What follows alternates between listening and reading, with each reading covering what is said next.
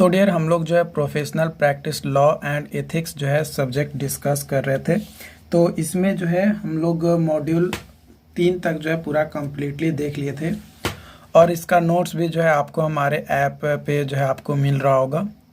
तो उम्मीद करते हैं कि आप ऐप से जो है नोट्स को जो है प्राप्त कर लिए होंगे, है ना। अपना खुद का नोट्स भी बना लिए होंगे या फिर आप वीडियोस देखकर भी जो है खुद का नोट्स बना सकते हो। बट मैं रिकमेंड करूंगा कि पहले आप वीडियोस देखो, उसके बाद नोट्स का यूज़ करो, क्योंकि कई सारे पॉइंट्स जो हैं वो नोट्स में आपको नहीं मिलेंगे जो कि मैं आपको वीडियोस में करेक्ट करता हूं। तो मॉड्यूल 4 में जो है आपको engagement of labour and other construction related laws के बारे में जो है डिस्कस करना है। तो यहाँ पे लेबर 2 बार आ गया है, तो यहाँ पे इसको जो है काट दो। Engagement of labour and other construction related laws के बारे में हम लोग यहाँ पे डिस्कस करेंगे। इसमें जो है सबसे पहले आपका जो पॉइंट है वो है role of labour in civil engineering. Civil engineering के केस में रोल क्या है लेबर का, उसके बारे में। तो कंस्ट्रक्शन लेबरर और construction worker does not physical labour on construction site. Construction site पे जो फिजिकल लेबर होते हैं वही जो है ये कंस्ट्रक्शन लेबरर या कंस्ट्रक्शन वर्कर होते हैं। They may prepare sites by cleaning them, loading, है ना, यहाँ पे loading and unloading materials and removing hazards, जो भी मटेरियल्स हैं, hazardous materials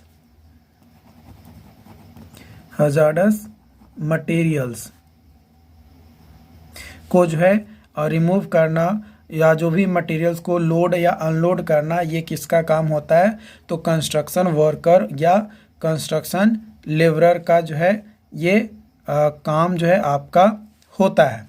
okay, construction labourer responsibility, यानी कंस्ट्रक्शन पे जो काम करने वाले लेबर होते हैं उनकी क्या रिस्पॉन्सिबिलिटीज़ होती है? तो सबसे पहला होता है कि operate and core for construction equipment and machines, है ना, जो भी कंस्ट्रक्शन इक्विपमेंट या मशीन्स है उसको प्रॉपर तरीके से ऑपरेट करना। Help equipment operator, compensator and other skilled labour when necessary, जब ज़रूरत होती है तो इन सभी का भी यूज किया जाता है या उनको यूज करने में हेल्प किया जाता है। Prepare construction site bye cleaning obstacles and hazards, जो भी ऑब्स्टेकल्स हैं या हजार्ड्स हैं उसको जो है क्लीन करके जो कंस्ट्रक्शन साइट है उसको प्रिपेयर करना। Load and unload construction materials, put together and take apart temporary structures such as scaffolding, जो भी scaffolding है उसको जो है साथ में लगाना ताकि फ्रेमवर्क तैयार हो सके। ये और जैसे ही उसका यूज हो जाए तो उसको जो है रिमूव करना भी किसका काम होता है? कंस्ट्रक्शन लेबर का या वर्कर का। Remove and fill the compact earth, follow instruction from supervisor के द्वारा जो भी इंस्ट्रक्शन दिए जाते हैं उसको फॉलो करना। Assist craft workers, read the learn from the job training when necessary, जब ज़रूरत होती है तो उसको जो है नई चीज़ें सिखाई जाती है सुपरवाइज़र के द्वारा और उसको जो है उसको सीखना पड़ता है या सीखने के लिए हमेशा तैयार रहना पड़ता है। कंस्ट्रक्शन लेबरर का जो रिक्वायरमेंट होता है वो होता है must have valid driving licence, है ना, ड्राइवर लाइसेंस नहीं, ड्राइविंग, है ना, driving licence.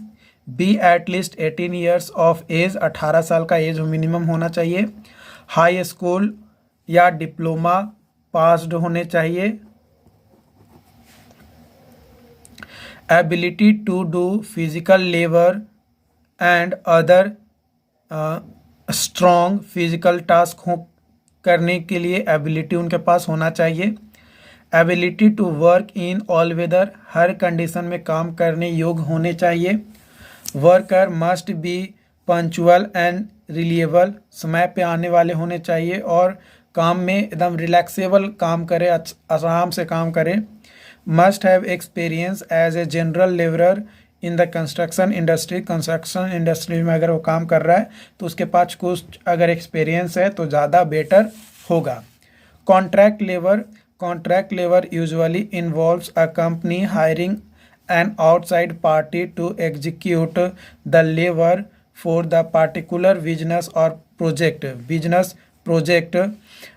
A company will usually hire contract labor in order to save on cost, है ना। पैसा बचाने के लिए वो क्या करता है, कॉन्ट्रैक्ट पे लेबर को हायर करता है और जब तक वो प्रोजेक्ट चल रहा है तब तक, अगर प्रोजेक्ट ख़त्म तो वो कॉन्ट्रैक्ट जो लेबर है उसको भगा दिया जाता है, क्योंकि उसको परमानेंटली वो लेबर के तौर पे कंपनी जो है पैसा नहीं देगी इसलिए।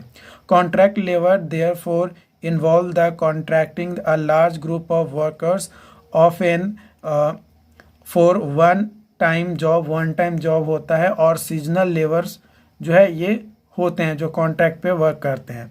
It generally involves the use of labour contract. This is a legal document outlining the terms of the labour agreement. These may include the project time of completion, project cost, payment and reimbursement। ये जो है आपके होते, मतलब एक बार जो contract किया जाता है पूरा डॉक्यूमेंटेशन के साथ कि हाँ हम आपको इतना दिन तक रखेंगे, इतना टाइम तक जो है आपका प्रोजेक्ट कंप्लीट हो जाएगा, तो इतना दिन तक का जो है हम इतना पैसा आपको जो है देंगे, आप काम कीजिएगा कि नहीं कीजिएगा। इस तरीके का पूरा प्रॉपर एक लीगल डॉक्यूमेंट होता है, उस पर जो है कॉन्ट्रैक्ट करवाए जाते हैं, और कॉन्ट्रैक्ट को जो भी पालन करते हैं वो लोग जो है अपना काम में लग जाते हैं। Piece of work is any type of employment in which worker is paid a fixed piece rate for which unit produced or action performed regardless of time, है ना। टाइम कितना लग रहा है उससे कोई मतलब नहीं है ना। कॉन्ट्रैक्ट लेबर जो वर्क होता है इसमें आपको जो है एक फिक्स्ड प्राइस जो है आपको दिया जाएगा। हाँ, आपको जब तक काम चल रहा है तब तक आपको काम करना पड़ेगा। हो सकता है 8 घंटे भी काम करना पड़े, हो सकता है 10 घंटे भी काम करना पड़ सकता है, क्योंकि ये डेली बेसिस पे आपका वर्क नहीं है। Industrial dispute act 1947।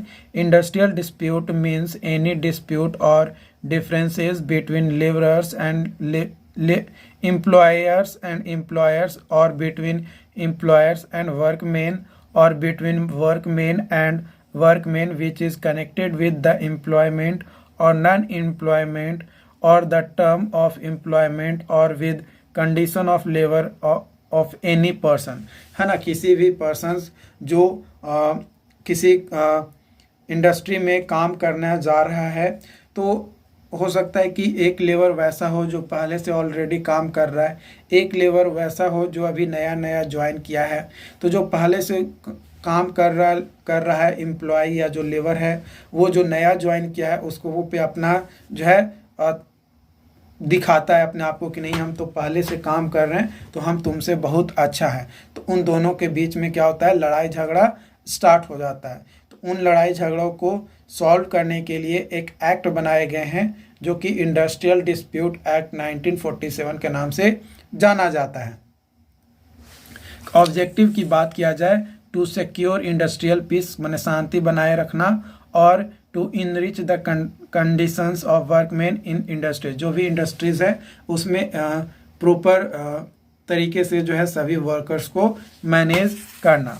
Category of industrial dispute, तो the second schedule deals with the matters within the jurisdictions of labour court which falls under the category of right dispute, है ना। कई सारे labours जो है वो कोर्ट में भी चले जाते हैं बहुत ज़्यादा तंग आकर, तो उसकी बात भी जो है सुना जाता है और उसको जो है देखा जाता है और समझा जाता है और उस पर जो है फैसला किया जाता है। The third schedule of ID industrial dispute, है ना। आईडी का मतलब यहाँ पे आप जो है लिख लीजिए, यहाँ पे आईडी का मतलब होगा industrial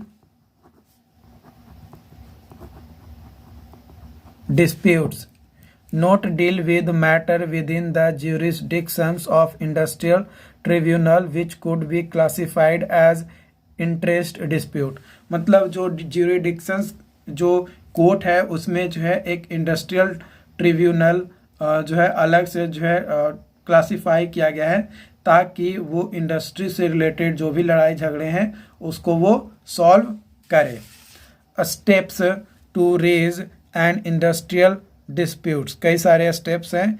any workman employed in a industry can raise a industrial dispute, कई सारे रीजंस होते हैं जिसके कारण से एम्प्लॉय जो है जो भी काम कर रहे हैं वो जो है अपना जो भी लड़ाई झगड़ा है उसको उत्पन्न करते हैं। Workman can raise dispute directly before the conciliations officers, conciliation officers से मिले हुए पहले ही जो है अपना लड़ाई झगड़ा स्टार्ट कर लेते हैं। The conciliation officer make efforts to resolve the dispute through settlement between the workman and the management, जो भी मैनेजमेंट है और जो भी वर्कमैन है उन दोनों के बीच में प्रॉपर सेटलमेंट कराने का काम करता है। In case of failure of conciliations a report is sent to government, अगर कॉन्सिलेशंस अगर फेल हो जाता है सेटलमेंट करवाने में तो वो रिपोर्ट जो है गवर्नमेंट को जो है फिर बाद में भेजा जाता है।